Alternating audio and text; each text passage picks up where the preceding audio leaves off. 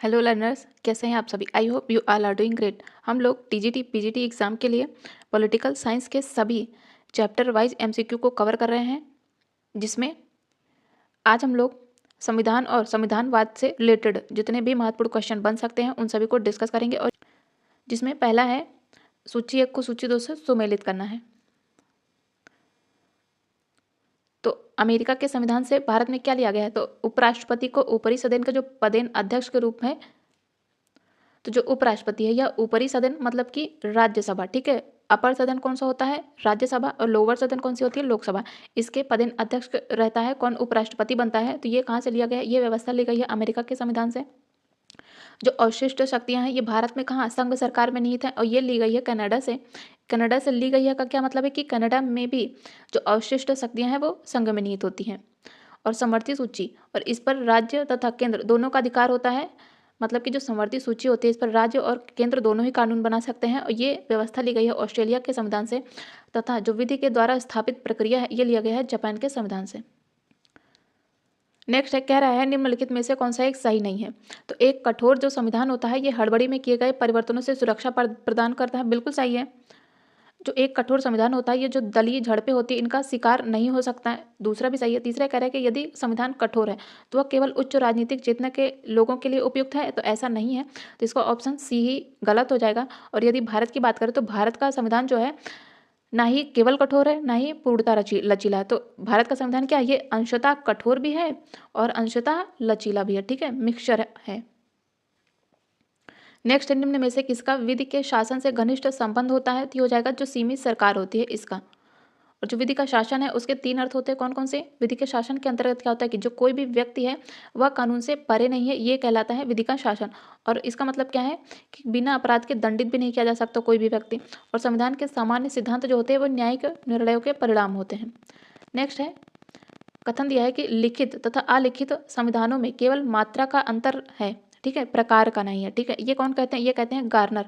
तो गार्नर क्या कहते हैं कि यदि संविधान लिखित है या फिर अलिखित संविधान है तो इन दोनों में अंतर किस प्रकार का है, केवल मात्रा का है ना कि प्रकार का। तो ये कहते हैं गार्नर, और ये यूके पीसीएस के भी लेक्चरर में पूछा गया है। व्यक्ति के शासन की अपेक्षा विधि का शासन अच्छा होता है, ठीक है। यह किसका कथन है, तो ये डायसी कहते हैं। डायसी कहते हैं यदि व्यक्ति का शासन है उसकी अगर हम तुलना करें तो उसके कंपैरिजन में जो विधि का शासन है वो ज़्यादा बेटर होता है। तो डायसी किसकी बात मानते हैं, विधि के शासन की। निम्नलिखित में से कौन सी संविधानवाद की विशेषता नहीं है। जो संविधानवाद होता है इसमें संस्कृत आधारित अवधारणा भी होती है, गतिशील अवधारणा भी होती है, मूल्य आधारित अवधारणा भी होती है, लेकिन ये पार्टी आधारित अवधारणा नहीं होती है संविधानवाद में, इसलिए इसका हो जाएगा ऑप्शन सी। किसने विचार व्यक्त किया था कि जो ब्रिटिश संविधान है इसका अस्तित्व नहीं है, तो ये कहा गया था डी टॉकविले के द्वारा। तो डी टॉकविले कहते हैं कि जो ब्रिटिश संविधान है इसका अस्तित्व नहीं है, क्योंकि जो ब्रिटेन का संविधान है ये परंपरा और अभिलेख पर आधारित है, ठीक है। मतलब कि ब्रिटेन के संविधान का कोई लिखित दस्तावेज नहीं है, इसीलिए टॉकविले कहते हैं कि ब्रिटेन के संविधान का कोई अस्तित्व ही नहीं है। नेक्स्ट है, निम्नलिखित संविधानों को उनके निर्माण वर्ष के आधार पर लगाइए। तो सबसे पहले अमेरिका का जो संविधान है उसका निर्माण होता है, तो इसका हो जाएगा सबसे पहले 2, जो कि सिर्फ और सिर्फ ऑप्शन बी में है। तो इसमें सभी ऑप्शन नहीं पता होने के बाद भी आप लोग आंसर कर सकते हैं इजीली। तो सबसे पहले निर्माण हुआ था अमेरिका के संविधान का, उसके बाद निर्माण होता है स्विट्जरलैंड के संविधान का, एंड देन कनाडा के संविधान का, और फिर सबसे लास्ट में होता है भारत के संविधान का। तो इसका हो जाएगा 214। नेक्स्ट, निम्नलिखित में से संविधान के उद्देश्य कौन कौन से हैं। तो संविधान क्या करता है, राज्य को मजबूती भी प्रदान करता है, साथ ही यह मूल्यों तथा लक्ष्यों को एकजुट भी करता है तथा शासन को वैधता प्रदान करता है। तो इसके तीनों ही कथन सही है, और ये आरपीएससी में पूछा गया है। तो जो हाल ही में आरपीएससी के टीजीटी पीजीटी की वैकेंसीज आई हैं, ठीक है, उन एग्जाम के लिए भी ये सीरीज बहुत ही हेल्पफुल होगी। कह रहा है कि अमेरिका में जब राष्ट्रपति का पद रिक्त हो जाता है, किस प्रकार से रिक्त होगा, यदि इस्तीफा दे दिया राष्ट्रपति ने, यदि राष्ट्रपति की मृत्यु हो गई, या फिर राष्ट्रपति पर अभियोग चलाया गया है। तो निम्नलिखित में से कौन राष्ट्रपति का पदभार ग्रहण करता है, तो ये हो जाएगा उपराष्ट्रपति, और ये भारत के संदर्भ में नहीं है, ये है अमेरिका के संदर्भ में। नेक्स्ट है, निम्नलिखित विद्वानों में से किसने अपना यह दृष्टिकोण दिया था कि यूएसए के जो सर्वोच्च न्यायालय है उनके जो न्यायाधीश होते हैं उनकी नियुक्ति राजनीतिक प्रक्रिया यह सुनिश्चित करती है कि न्यायालय उसी दिशा में कार्य करता है जो कि गठबंधन राष्ट्रीय सरकार को नियंत्रित करता है। तो ये कहा गया था रॉबर्ट डहल के द्वारा। नेक्स्ट है, निम्नलिखित विचारकों में से किसने यह विचार दिया था कि यदि राजनीतिज्ञों को अपने निर्णय का उपयोग करने की अनुमति दे दी जाए तो वे उस लाभ का उपयोग अपने स्वयं के स्वार्थ को आगे बढ़ाने के लिए करेंगे। तो संविधान के बिना जो सरकार ये अधिकार विहीन सत्ता है, तो ये कहा गया थॉमस पेन के द्वारा। नेक्स्ट है अल्बर्ट वेन डाइसी, ये ब्रिटेन के संविधान से संबंधित निम्नलिखित कथनों पर विचार करिए। कह रहा है कि कोई भी व्यक्ति कानून से ऊपर नहीं है और यह कानून ही है जो सभी को नियंत्रित करता है। बिल्कुल सही है ये। दूसरा ये कह रहा है कि जो संसद है इसकी संप्रभुता और सामान्य कानून की सर्वोच्चता, ये ब्रिटिश संविधान के दो आधार थे। इन सिद्धांतों पर आधारित समाज ने राजनीतिक स्वतंत्रता को संरक्षित करना, साथ ही लोकतंत्र के सामंजस्यपूर्ण कामकाज को सुनिश्चित करना संभव बना दिया। तो इसके दोनों ही कथन सही है। किसके संदर्भ में बात है ये? तो ये ब्रिटेन के संविधान के संदर्भ में बात है। नेक्स्ट है न्यायिक निर्णय निर्माण, इसका अभिवृत्तिक प्रतिमान निम्नलिखित में से किस देश से संबंधित है? तो ये संबंधित है यूएसए से। नेक्स्ट है जो वर्ग है, ये निम्नलिखित देशों में से किसकी व्यवस्थापिका के ऊपरी सदन में प्रतिनिधित्व का आधार है? तो ये है यूके में। निम्नलिखित में से किस विचारक ने तर्क दिया था कि शक्तियों का पृथक्करण वास्तव में केवल व्यवस्थापिका की सहूलियत है, न कि कभी समाप्त होने वाली निरूढ़ी? कठोर अर्थ में कहा जाए कि यह कभी व्यवहारिक नहीं हो सकता। तो ये कहा गया था हेरोल्ड जे लॉस्की के द्वारा। नेक्स्ट है यदि बात कर रहा है कि विधि की उचित प्रक्रिया यह न्यायिक व्यवस्था का एक आवश्यक लक्षण है, कहाँ पे है? तो विधि की उचित प्रक्रिया कहाँ पे है? यह है यूएसए में। और यदि भारत की बात करें तो भारतीय संविधान में कहा गया है विधि के द्वारा स्थापित प्रक्रिया, जो कि कहाँ से लिया गया है? जापान से लिया गया है। नेक्स्ट एक व्यवस्थापिका जो कि मंत्रिपरिषद के जो समक्ष है वो निर्बल होती है। ठीक है, व्यवस्थापिका क्या होती है? मंत्रिपरिषद के समक्ष निर्बल है। और एक मंत्रिपरिषद जो होती है वो राष्ट्रपति के समक्ष निर्बल है। यह किस देश की शासन व्यवस्था की विशेषता है? तो ये संबंधित है फ्रांस की। फ्रांस में गणतंत्र है। नेक्स्ट है प्रत्यक्ष लोकतंत्र वाला देश कौन सा है? तो ये हो जाएगा स्विट्जरलैंड। ये टीजीटी पीजीटी दोनों में आया है। नेक्स्ट है अमेरिकी संविधान में बिल ऑफ राइट्स किस संशोधन के द्वारा जोड़ा गया था? तो ये जोड़ा गया था पहले 10 संशोधन के द्वारा। नेक्स्ट है किस देश में एक दलीय पद्धति है? तो ये हो जाएगी चाइना में। ठीक है, निम्नलिखित में से कौन सी संस्था चीन के कानून बनाने वाले सर्वोच्च संस्था के रूप में मानी जाती है? तो ये हो जाएगी एनपीसी, मतलब कि नेशनल पीपल्स कांग्रेस। और इसकी स्थापना कब होती है? 1954 में 2980 सदस्य के साथ यह विश्व की सबसे बड़ा संसदीय निकाय है चाइना का। दोहरी नागरिकता की प्रणाली किस देश में है? तो ये स्विट्जरलैंड तथा अमेरिका में है। और ये टीजीटी में आया है। तो स्विट्जरलैंड तथा अमेरिका में दोहरी नागरिकता है, जबकि भारत, कनाडा और ऑस्ट्रेलिया में एकहरी नागरिकता है। नेक्स्ट है कौन से यूरोपीय विद्वान के द्वारा शक्तियों के विभाजन के बारे में अमेरिकी मॉडल को प्रभावित किया गया था? तो ये हो जाएंगे मॉन्टेस्क्यू। नेक्स्ट है निम्नलिखित देशों में से कौन से देश में एक बहुदलीय प्रणाली नहीं है? तो ये हो जाएगी चाइना में। चाइना में केवल एक ही दल है। निम्नलिखित में से कौन सा गलत है? फ्रांस में क्या है? संवैधानिक परिषद है। लैंड जी माइंड कहाँ पे है? स्विट्जरलैंड में है। केंद्रीय सैन्य आयोग ये अमेरिका में है। और केंद्रीय सैन्य आयोग ये चाइना में है। और एक बार स्पीकर सदैव के लिए स्पीकर बन जाता है, ऐसा अमेरिका में नहीं है, इसलिए इसका हो जाएगा ऑप्शन डी। तो जब एक बार स्पीकर होता है ये सदैव स्पीकर बनता है ग्रेट ब्रिटेन की कॉमन सभा में, मतलब कि हाउस ऑफ कॉमन्स में। और अमेरिका की बात करें तो अमेरिका की जो संसद है उसका नाम है कांग्रेस। और कांग्रेस ये 2 सदनों से मिलकर बनती है। जैसे कि भारत में जो संसद है वो भी लोकसभा तथा राज्यसभा प्लस प्रेसिडेंट से मिलकर बनती है। निम्नलिखित में से किसने सर्वोच्च न्यायालय को कांग्रेस का तृतीय सदन कहा है? तो हो जाएंगे लास्की। विधि की उचित प्रक्रिया किस देश की न्याय व्यवस्था का आवश्यक लक्षण है? तो ये यूएसए से संबंधित है, विधि की उचित प्रक्रिया। भारतीय संघवाद ये अमेरिकी संघवाद के इसलिए निकट है क्योंकि दोनों देशों में क्या है? दोनों देशों में एक सर्वोच्च न्यायालय है, भारत में भी और अमेरिका में भी। भारतीय और अमेरिकी संघवाद में जिस बिंदु पर समानता पाई जाती है वह क्या है? तो केंद्र और राज्यों के बीच जो भी उत्पन्न विवाद होगा वो सुप्रीम कोर्ट के द्वारा निपटाया जाएगा। ये भारत तथा अमेरिका दोनों में कॉमन है। नेक्स्ट अमेरिकी संविधान का कौन सा आर्टिकल राष्ट्रपति के कार्यालय से संबंधित है? तो ये हो जाएगा आर्टिकल 2। और ये भारत के नहीं, ये अमेरिकी संविधान से रिलेटेड है, ये एकदम अच्छे से याद रखिएगा। तो अमेरिकी संविधान का निर्माण होता है 21 फरवरी 1787 को फिलाडेल्फिया सम्मेलन के द्वारा। संविधान का प्रयोग किया जाता है 4 मार्च 1789 को। राष्ट्रपति कौन होते हैं? George Washington. तो मूल अधिकारों को संविधान में पहले 10 संशोधन के द्वारा शामिल किया जाता है अमेरिका में। और जो अमेरिकी संविधान है इसका आर्टिकल 2 ये राष्ट्रपति के कार्यालय से संबंधित है। ब्रिटिश संसद के निम्न लोकप्रिय और प्रत्यक्ष निर्वाचित शक्तिशाली सदन कौन सा है? हो जाएगी कॉमन सभा। ब्रिटेन की बात करें तो ब्रिटेन में संसद का निर्माण होता है हाउस ऑफ लॉर्ड्स तथा हाउस ऑफ कॉमन्स के द्वारा व क्राउन से, जैसे कि भारत में है। और इसमें हाउस ऑफ लॉर्ड जो है ये उच्च सभा है, जैसे कि भारत में राज्यसभा। और हाउस ऑफ कॉमन्स जो है ये निम्न सदन है, जैसे कि भारत में लोकसभा। जो कॉमन सभा होती है इसके सदस्य की संख्या कितनी है? 659 है। और इसके लिए कोरम कितना है? 40 मेंबर। निम्नलिखित में से कौन सीनेट की अध्यक्षता करने वाले पदेन अधिकारी हैं? तो ये हो जाएगा उपराष्ट्रपति। नेक्स्ट है प्रमुख निर्वाचक प्रणाली है और उससे जुड़ा देश है। तो यूएसए में कैसी निर्वाचन प्रणाली है? First past the post system है। फ्रांस में द्वितीय मतदान प्रणाली है। ऑस्ट्रेलिया में है वैकल्पिक मतदान प्रणाली तथा जर्मनी में क्या है? अतिरिक्त सदस्य प्रणाली। जो न्यायपालिका है इसकी उच्चता कहाँ पाई जाती है? ये यूएसए में पाई जाती है।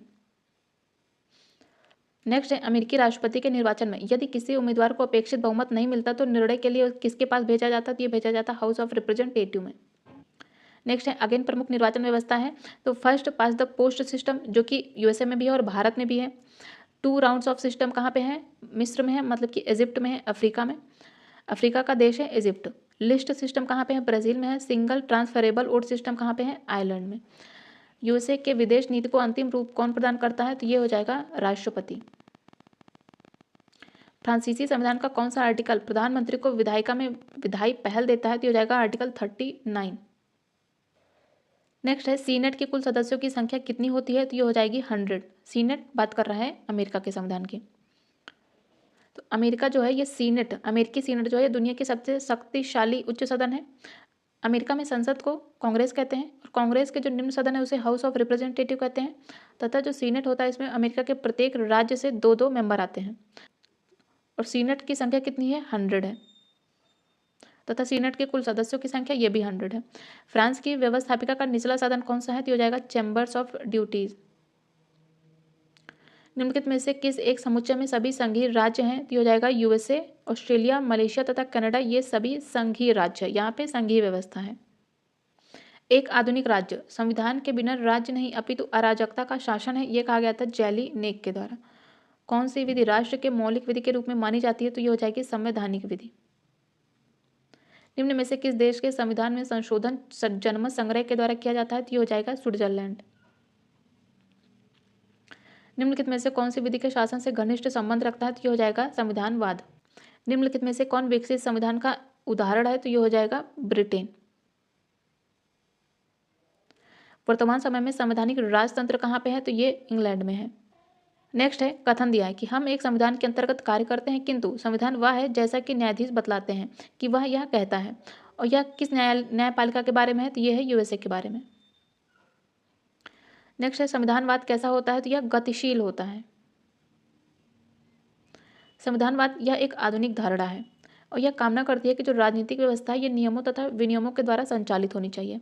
यह व्यक्तियों की इच्छा की नहीं बल्कि कानून की सर्वोच्चता का प्रतीक है संविधानवाद। कौन सा विचारक संविधान और संविधानवाद में अंतर नहीं मानते हैं? तो हो जाएंगे CF स्ट्रॉन्ग, ब्लैकस्टोन, लासवेल तथा केसी वेयर, ये लोग संविधान तथा संविधानवाद में अंतर मानते हैं। अमेरिका के संविधान में बिल ऑफ राइट्स किस संशोधन के द्वारा जोड़ा गया था? तो ये जोड़ा गया था पहले 10 संशोधन के द्वारा। कौन से विचारक पाश्चात्य राजनीतिक चिंतन में संविधानवाद के जनक माने जाते हैं? तो ये हो जाएंगे अरस्तु। अरस्तु को राजनीति शास्त्र का जनक कहते हैं और ये यूनानी दार्शनिक प्लेटो के शिष्य रहे हैं। नेक्स्ट है अमेरिकी प्रणाली में निहित जो शक्तियां हैं इनका अर्थ क्या है? कि संघीय सरकार को वे शक्तियां भी मिल सकती है जो कि संविधान में स्पष्टता उल्लिखित नहीं है। ये बात कर रहा है अमेरिका के संविधान की। किसके द्वारा कहा गया कि एक संवैधानिक राज्य वह है जिसमें सरकार की शक्तियां, शासितों के अधिकार तथा दोनों के पारस्परिक संबंध अभियोजित होते हैं। तो ये कहा गया था CF स्ट्रॉन्ग के द्वारा। नेक्स्ट है अलिखित संविधान किस किस को अपनाता है? तो अलिखित संविधान रीति रिवाज तथा प्रचलन को। अलिखित संविधान में न्यायिक निर्णय भी शामिल होते हैं तथा विभिन्न समयों पर निर्मित संविधियां भी शामिल होती हैं। निम्नलिखित में से संविधान को शक्ति संबंधों की आत्मकथा कौन मानता है? तो हो जाएंगे हरमन फाइनर। एक कठोर संविधान वह है जिसे विधि निर्माण की सामान्य प्रक्रिया से संशोधित नहीं किया जा सकता। निम्नलिखित में से संवैधानिक सरकार के अस्तित्व के लिए कौन सा आवश्यक पूर्व आवश्यकता है? तो हो जाएगी सीमित सरकार का होना। निम्नलिखित में से एक संवैधानिक शासन की विशेषता क्या है? तो मौलिक अधिकार होने चाहिए, सीमित सरकार होनी चाहिए तथा विधि का शासन होना चाहिए संवैधानिक शासन में। तो इसके तीनों सही है। नेक्स्ट है संवैधानिक शासन की जो संकल्पना है इसकी उत्पत्ति खोजी जाती है तो ये प्राचीन यूनानी काल में खोजी जा सकती है। संघीय संविधान की सामान्य विशेषताओं के नीचे सूची दी गई है और अंत में दिए गए कूट की सहायता से उन विशेषताओं को चयन करना, मतलब कि कौन कौन से संघीय संविधान की विशेषताएं हैं।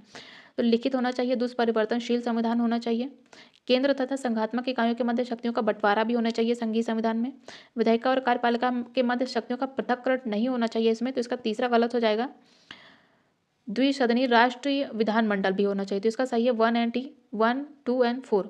तो तीसरा नहीं होना चाहिए, मतलब इसके बाकी तीनों ऑप्शन एलिमिनेट हो गए, तो इसका सिर्फ एक ही ऑप्शन बचता है जो कि ऑप्शन सी।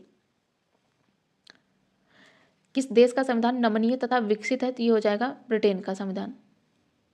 नेक्स्ट है लचीले संविधान का सर्वश्रेष्ठ उदाहरण निम्नलिखित में से कौन सा देश है? तो ये हो जाएगा ब्रिटेन।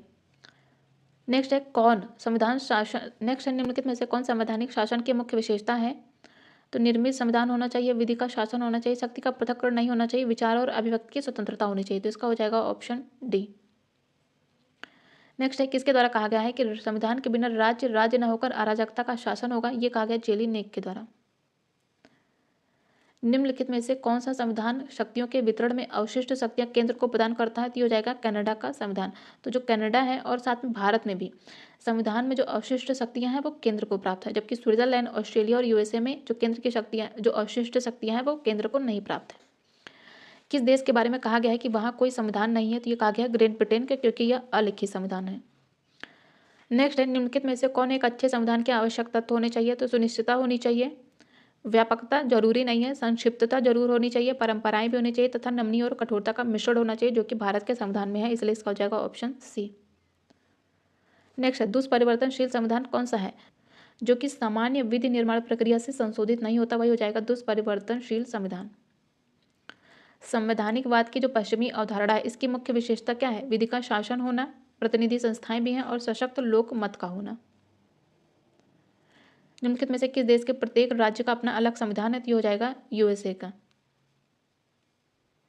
नेक्स्ट है संवैधानिक सरकार का मतलब क्या है? सीमित सरकार होना। निम्नलिखित में से कौन सा अमेरिकन संवैधानिक व्यवस्था का हिस्सा नहीं है? तो ये हो जाएगा जो सामूहिक उत्तरदायित्व है, ये संबंधित है ब्रिटेन के संविधान से, और ब्रिटेन के संविधान से ही यह व्यवस्था भारत में भी ली गई है। बाकी की बात करें जो पॉकेट वीटो है, सीनेट का शिष्टाचार तथा फिलीबस्टिंग, ये तीनों ही अमेरिकन संविधान की विशेषता है, लेकिन जो सामूहिक उत्तरदायित्व है ये संबंधित है ब्रिटेन से। नेक्स्ट है हम संविधान के अधीन है, पर संविधान वह है जो न्यायाधीशों के द्वारा मान्य हो। यह निम्नलिखित में से किस देश पर लागू हो सकता है? तो यह भारत तथा अमेरिका इन दोनों पर लागू हो सकता है, तो ये हो जाएगा ऑप्शन बी। निम्नलिखित में से कौन संवैधानिक उपागम से संबंधित है? तो ये हो जाएंगे जेम्स ब्राइस। नेक्स्ट है संवैधानिक सरकार के बारे में कथन दिया है। तो संवैधानिक सरकार कैसी होनी चाहिए? सीमित सरकार होनी चाहिए। संवैधानिक शासन में संवैधानिक सरकार वह है जहाँ पर सत्ता संविधान से ली गई हो, तथा संवैधानिक सरकार में संविधान और कानून शक्ति के प्रयोग को सीमित करते हैं। तो इसका तीसरा भी सही है। चौथा कह रहा है कि जहाँ राज्य के प्रधान को नाम मात्र की शक्तियाँ वह संवैधानिक नहीं है, इसका चौथा गलत है, इसका सही है 1, 2 एंड 3। संविधान के बारे में क्या सही नहीं है? यह राजनीतिक संस्थाओं की रक्षा भी करता है, यह सरकार के अंगों के सभी प्राधिकारों का स्रोत भी है, यह मूलभूत विधियों को सम्मिलित भी करता है, लेकिन पारदर्शी सुरक्षा को प्रोत्साहित नहीं करता है, इसलिए इसका हो जाएगा ऑप्शन सी। लिखित और अलिखित संविधानों के बीच केवल मात्रा का भेद है, प्रकार का नहीं है। ये किसके द्वारा कहा गया है? गार्नर के द्वारा रिपीटेड है। तो संवैधानिक शासन है, इसका मतलब क्या है कि संविधान की व्यवस्था के अनुरूप शासन होना चाहिए, विधि के नियम पर आधारित शासन होना चाहिए तथा लोकतंत्रात्मक सरकार भी होनी चाहिए। कौन यह स्वीकार करता है कि संविधान उन नियमों को कहते हैं जो सर्वोच्च सरकार की रूपरेखा निर्धारित करते हैं? तो ये कहा गया था CF स्ट्रॉन्ग के द्वारा। किस देश का संविधान अलिखित है? तो ये अगेन रिपीटेड है, इंग्लैंड या फिर ब्रिटेन।